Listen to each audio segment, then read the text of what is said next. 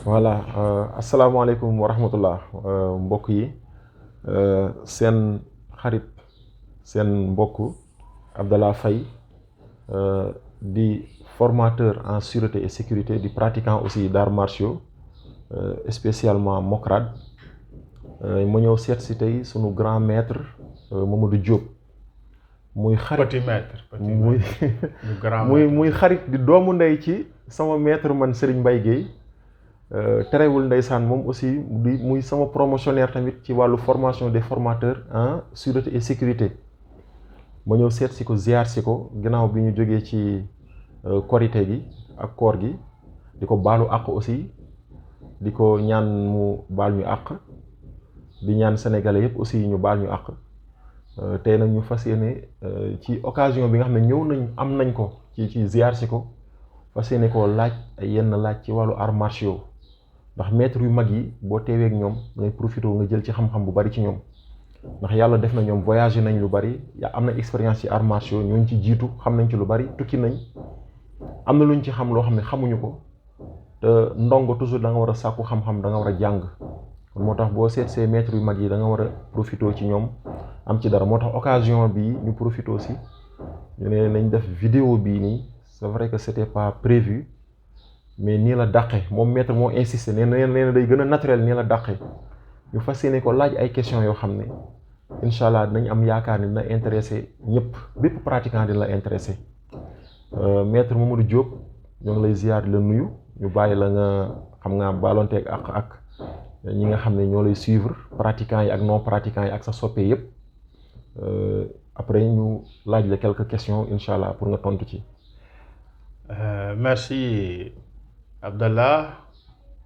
Asalaamaaleykum sama xarit yi sama soppe yi sama frères yi voilà comme ni ñu ko waxee rek man la seen ndongo voilà comme man moom du ma grand maître gars yi dañoo tàmm ne grand maître ne man moom je suis pas un grand maître déjà le titre maître man dama koy bañ c'est vrai que nag boo xasee ba am titre bi moom mënatoo ko bañ mais man moom dafa dis ci man lool parce que maître moom c'est autre chose voilà mais xëy na yàlla def na am nañ titre bi mënatuñ ko bañ voilà merci quand même maa ngi nuyu ñëpp di ziar ñëpp donc comme ni mu ko waxee c'était pas prévu dafa ñëw rek seet si ma ne ma léegi il a des questions à me poser ma ne ko non donc on va filmer ça comme maintenant nit ñi may commencer di suivre sur le net vidéo yi may faral di def xëy na question yi ngi ciy poser dina mën a intéressé ñenn ñi. Bon je me suis dit que pourquoi pas ñu filmer ko moom sax bëggutoon voilà mais ma insisté un peu ñu dugal ko ci chaîne bi de ce fait peut-être dina am ñu ci jëriñoo. Comme ça parle des arts martiaux et man souvent je fais des vidéos sur ça voilà merci bien Abdallah moom comme ni mu ko waxee nekk sama xarit sama condisciple non sa élève condisciple di ziar suñu sama xarit sama frère Serigne Mbaye Guèye Mohamed Henri ak waa F2S ñëpp ñu ngi leen di nuyu di leen ziar. waaw surtout ñooñu la promo formation des formateurs. ñu leen di ziar bu baax. donc je suis à votre disposition donc ma laaj li ma mën a tontu rek. très grand maître d'accord ndeysaan kon. En toute modestie incha allah dinañ dugg ci laaj yi fas yéene te partager ak ñëpp bépp pratiquant toute discipline confondue ndeysaan surtout koor gi ñu jógee. Un jour dañ doon waxtaan déjà ñëw naa fi ci koor gi début koor gi la foog naa waaw ñëw seet si ko mu ne bu ñu korité aussi naa ñëw seet si waat ko ma am lu ma doon ñëwoon doon ko kii ci moom léegi nag mu xawoon indi benn waxtaan bu ndaw tuuti ma ne ko.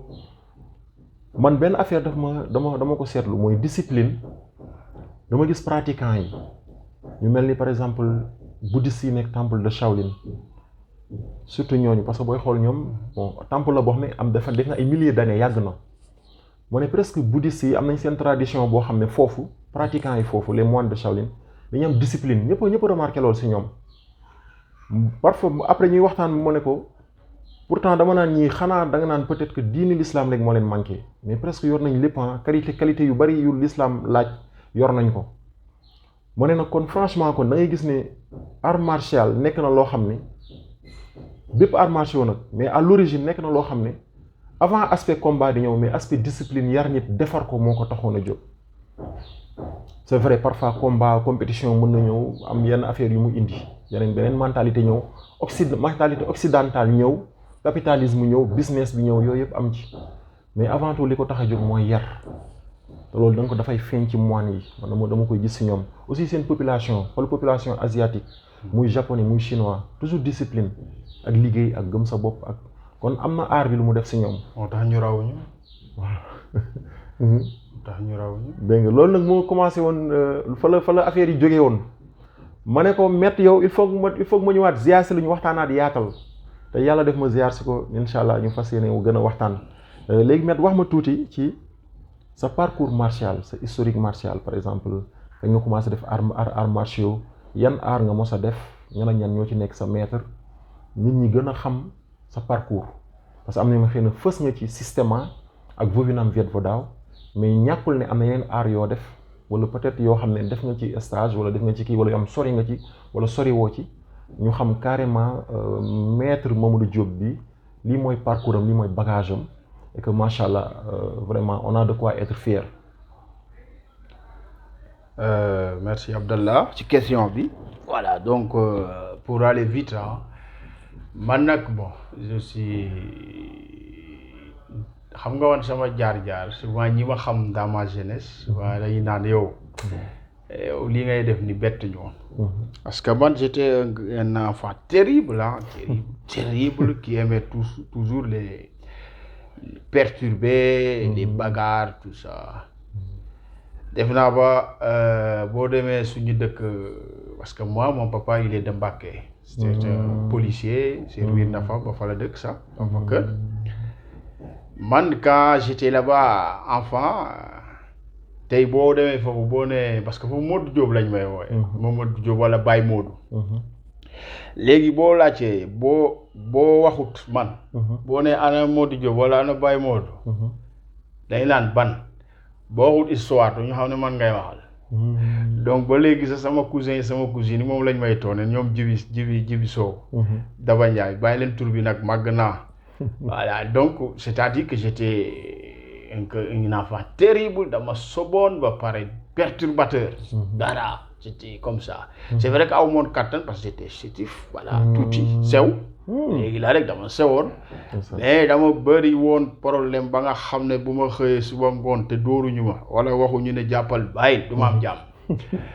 donc voilà après ma jógee fu dem village Niodior voilà continuer samay études ba sama maam ki jur sama yaay ñoom ñoo ma yar samay nijaay côté séeréer moo tax ba féetoog séeréer yi léegi nag voilà j'ai choisi d'être séeréer c'est naturel voilà c'est le séeréer quand la maman est séeréer rek tu es séeréer voilà samay nijaay ñoo ma yar ba ma toll nii depuis bi may am je pense 8 ans comme ça voilà donc bi ma demee foofu aussi c'est du caractère boobu ma amoon dafa continuer histoire problème yàq tooñ perturbé surtout tooñ dama daan mën a ma mënoon tooñ da nga may xool sa nii sama saaga la voilà sama maam dafa may nett nee na bi may nekk Mbàkke dama daan toog ci buntu kër gi nii oto yi romb ma suñ comme buntu kër dafa jege tali bi léeg lay gis bérom ba oto taxaw xool ma ne ko ma xool rek ma saaga ko daw dugg ci biir donc c'est-à-dire c'est l'enfance quoi donc mais bu ma ñëwee yëngu boobu yaram bu tàng boobu nag j'aimais tout ce qui est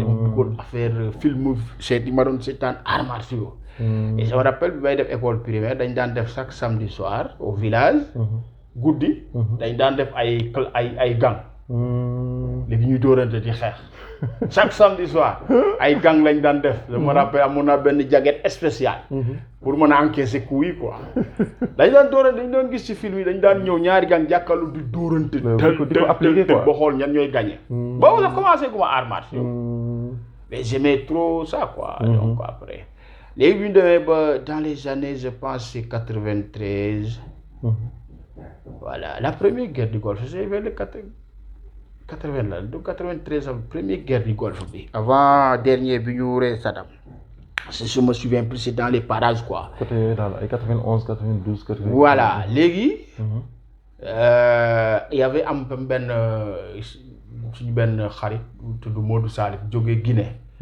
indi fa benn machine moulin quoi. wol yi kii. machine walukaay. voilà bi mu ñëwee léegi moo ko yoroon moom nag dafa jàngoon Guinée la jàngoon taekwondo. il était très fort ceinture noire ñëw fa. léegi yor machine bi. léegi may dem foofu. may jàngal. ma dem sax ba léeg-léeg sax bu ma wàccee man maa yor machine maire yi moom xam nga di xuloog maire yi yéen damay xuloog maire yi wa ngoon parce que man maa yor machine bi. donc c'est ça mu may jàngal foofu laa commencé base. foofu nag coup de pied yooyu nga wax noonu. moom il était très fort en coup de pied da daan yëkkati tànk yi dóor ko ci kaw téye ko ba mu neex mu wàcc ko. kooku nag. da nga jàngal base les coups de pied. d'accord non Modou Salif moom maître taekwondo la woon. voilà taekwondo. moo la initié ci base. moo ma initié pendant ba en 97. 98. ci moom laa nekkoon. bi mu demee avant 90 dem na bi mu demee sama benn nijaay Basu Sarr. moo ñu doon jàngal ñu ñëpp mais après kooku bi mu demee Elinkine campagne. foofu aussi il a rencontré d'autres pratiquants. moom bu ñëwee nag moo ñu continuer formation bi je me rappelle même lancer couteau nii. Basu moo ma ko jàngal. léegi sa ayatuma ci mais lancer couteau moom dañ ci daan def concours carrément. d'accord distance yi moom à 15 mètres sax mën nañ la ko sànni mais moom il était très fort en ça voilà. xanaa commando la woon sa nijaay boobu. non il s'entraînait avec des commandos xam nga Elinkine fële jóge Elinkine. ñoom dañ daan dem campagne. ñoom ñu rencontré les militaires là-bas tout ça.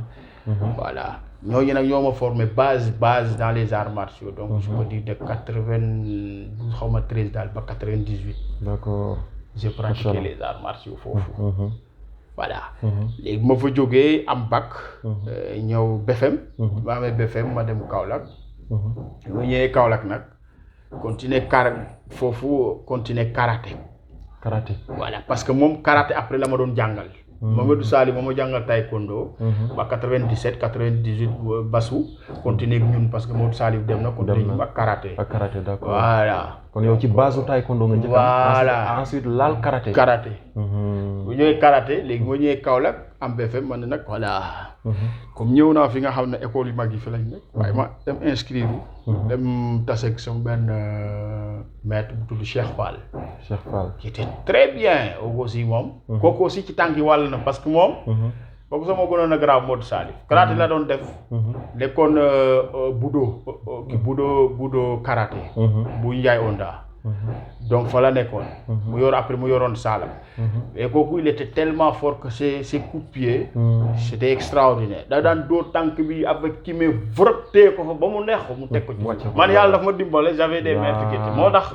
voilà. war nga am facilité tànk quoi. voilà moom macha allah si toggaat ñu ci loolu. avec des entraînements très durs. bu fa jógee ma ne xaaral 1 an laa fa def ma ne xaaral. damay dem inscrire budo parce que moom fi mu nekkoon. comme clandestin la après salle bi tëj mu dem xam nga. dem Touba. ma continuer ci Youssou Ndiaye budo inscrire fa. entraîné wu nekk foofu. avant may dem fa dama dem ci Zodien maître Zodien Youssoufa Ndiaye. Zodien ancien peut-être ñi def karaté nañ ko xam élève bu Cheikh Omar Tall la woon. ma fa jógee kooku nag. ma entraîné moom nekk fa pendant 2 ans. une année comme ça 2 ans. bu ne ma léegi dama lay yóbbu ci suñu comme moom yoratul saal. foofu laa jàngee dentiste nag moo xam ne dentiste la woon. waaw man bokkoon bi xam nga demoon naa ba léegi man maa doon jël empreinte bëñ yi. ba sax commencé woon naa di monter ay bëñ. ay benn bëñ ay ñaari bëñ. boobu kon kooku yéematoo ci karaté bi mais da ngay jàngale. waaw parce que loolu la doon def finalement. il avait abandonné le karaté parce que bu ñu tëjee saalam bi nekkoon port. Kaolack. après bon mu nekk ci dentiste après yor loolu. léegi man nag fa laa doon bu ma jógee école fa laa doon ñëw lekk sama lépp bon maa nekkoon voilà. j'étais son disciple parce que. lu mu soxla j'étais tout le temps là-bas. j'étais tout le temps avec lui ah. voilà finalement voilà secrétaire bu ñëwee ñu war a def empreinte bu fa nekkul maître man may jël empreinte yi. bëñ. d'accord place yëpp teg.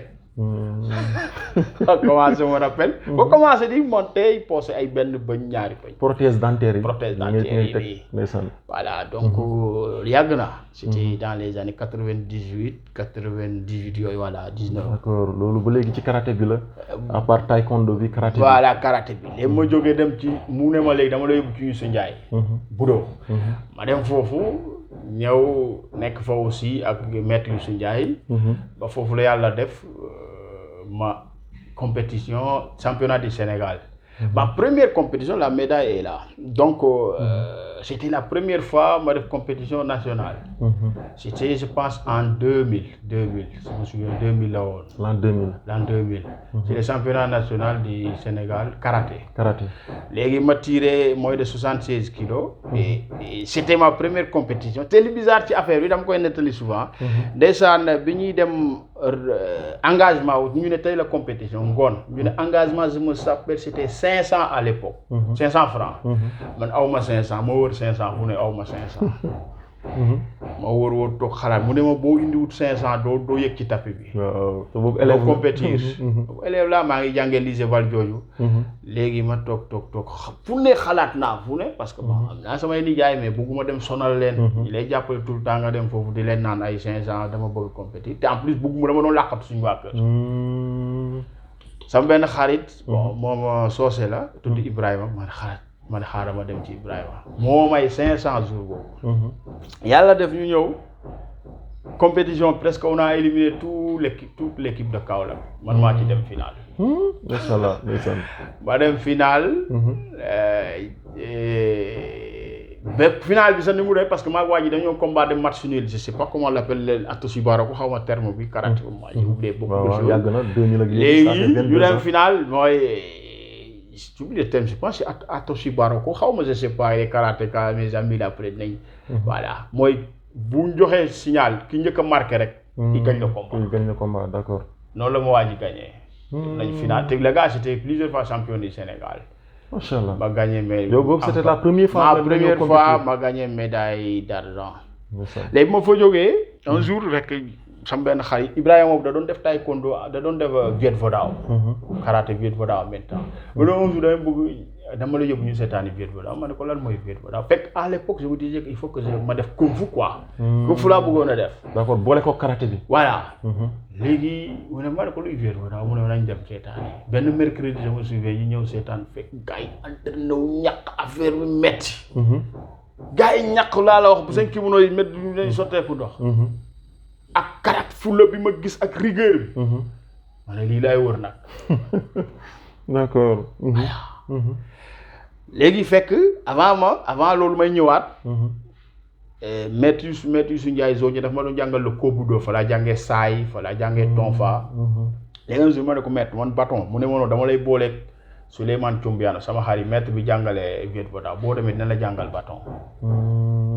moo bind note ma ñëw jox ko mu ne ma ngoon nga ñëw ma ñëw ñu def ma ñaa bâton mu ne ma yow ñu def tuuti. mu ne ma léegi da ngay dugg ci groupe bi entraîné wu.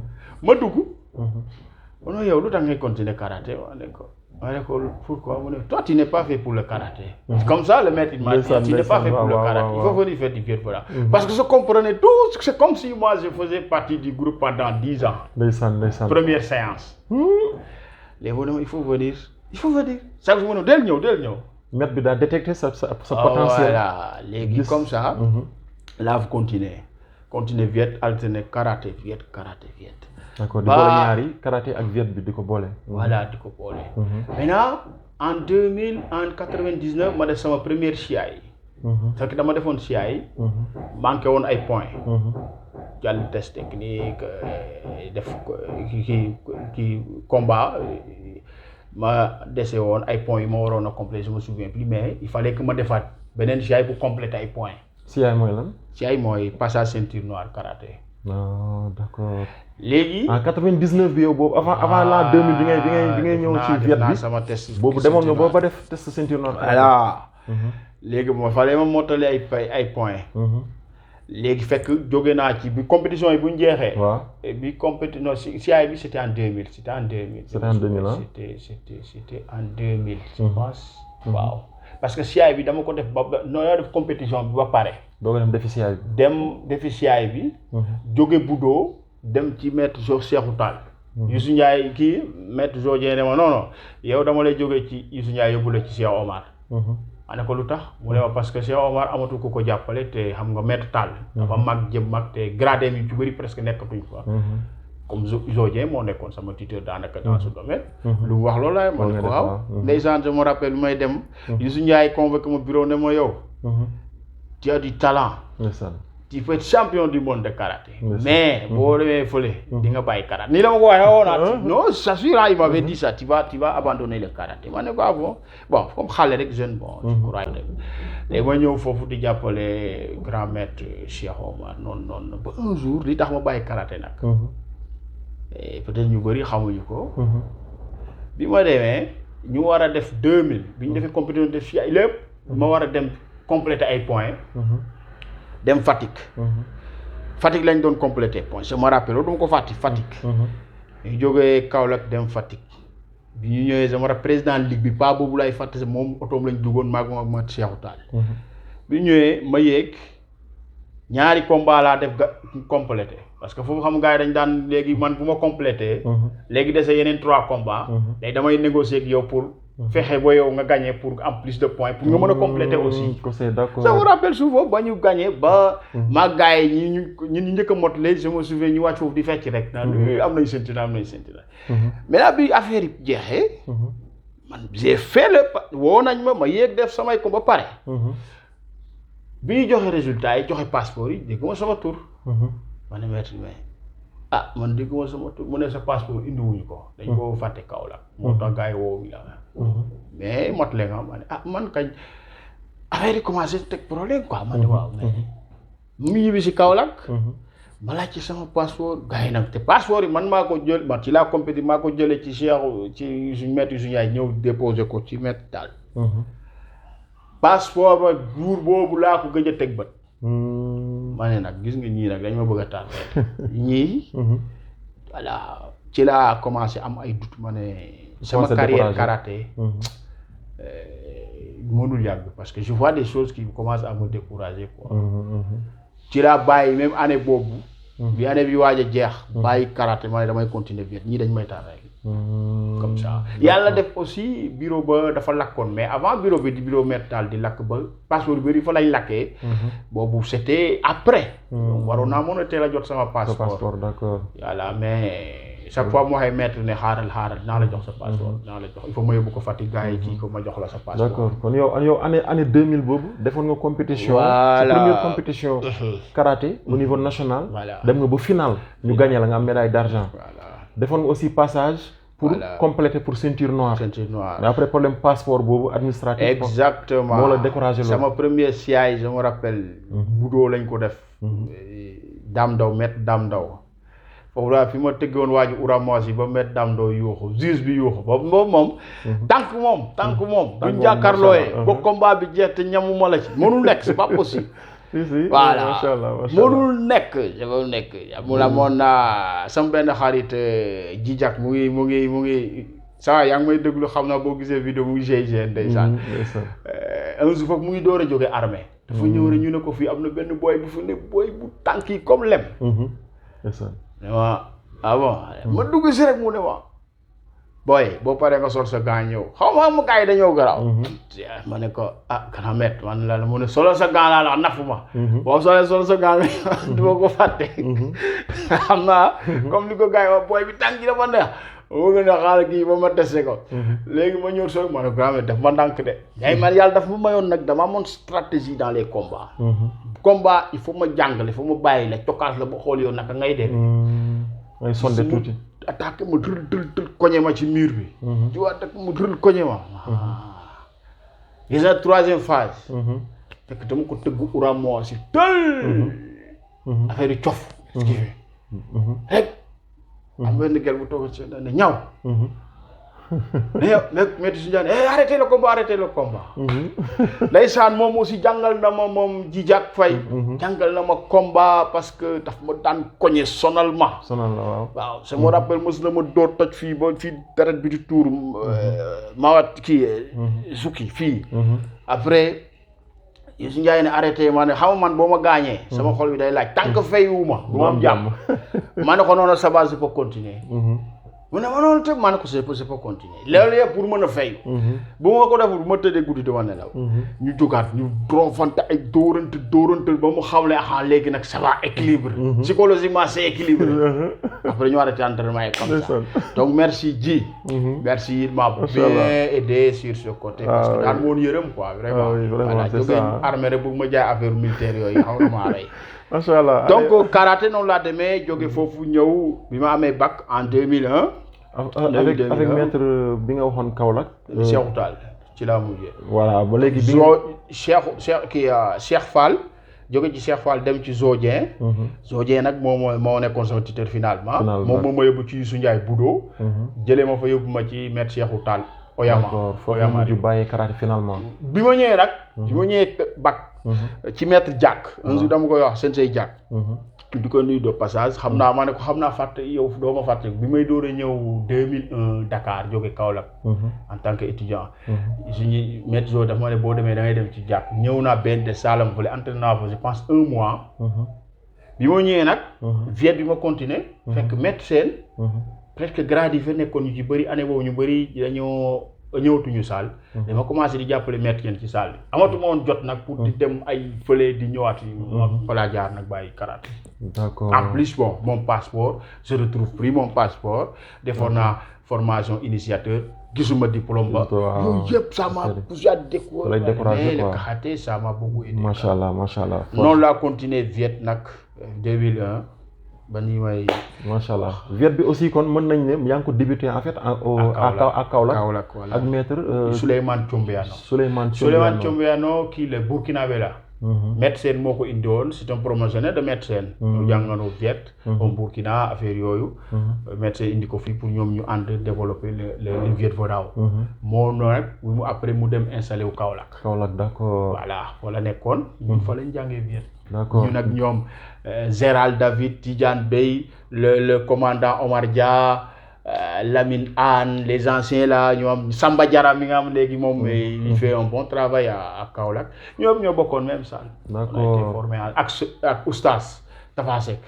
d'accord mais yéen yow bi ngay njëkk a dem ci Souleymane Thiombiano maître Thiombiano boobu. waaw c'était pour mu jàngal la bâton. en fait bâton loolu moo fa yóbboon moom rek moo ne. far mu détecter sa talent. dugal la ci viet bi. noonu comme ça noonu laa duggee. ak aussi circonstances yu am ci karaté découragé loola. far nañu gën a versé ci viet bi nag. loolu mais je pouvais peut-être continuer le karaté mais loolu moo ma gën a découragé. d'accord léegi foofu après. entraîné nga ak maître Thiombiano moom ba finalement bi nga ñëwee Dakar.